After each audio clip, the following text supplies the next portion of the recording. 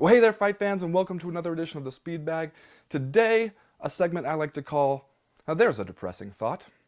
We begin today with a quote from writer Michael Powell, who in the New York Times, writing about Saturday night's Floyd Mayweather versus Manny Pacquiao bout, wrote, quote, "There is no moral narrative to be found in the result of a boxing match."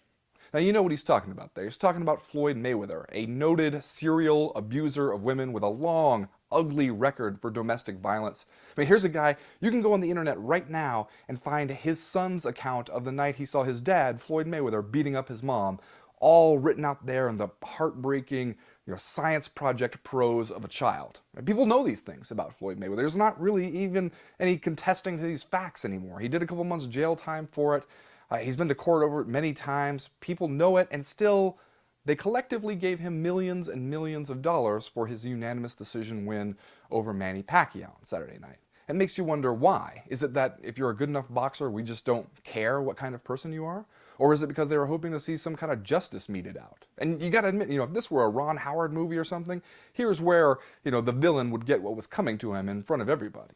Only, this is not a Ron Howard movie, this is real life, where you don't win or lose a boxing match because you're a good or a bad guy. You win because you're the better boxer, and Floyd Mayweather was the better boxer.